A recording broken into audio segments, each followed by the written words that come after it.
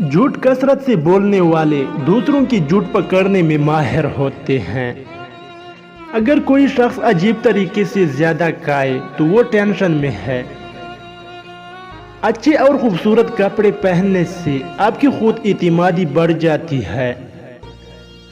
सोने से पहले जिस आखिरी इंसान के बारे में आप सोचते हैं वो या तो आपकी खुशी की वजह होता है या दुख की।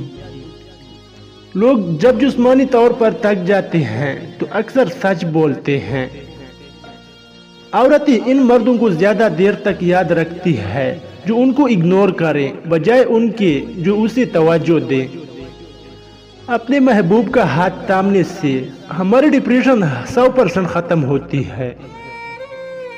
सिर्फ 10% खुशियां आपको बाहर से मिलती हैं, बाकी 90% खुशियां आपको अंदर की सोच और एहसासात से मिलती हैं।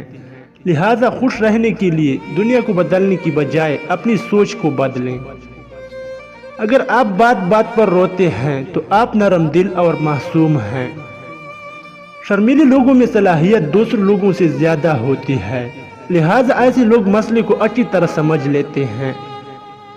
जो लोग कम रोते हैं वो बहुत कमजोर हैं। जो लोग कम बोलते हैं और बहुत तेज रफ्तारी से बोलते हैं वो लोग बहुत गहरे हैं।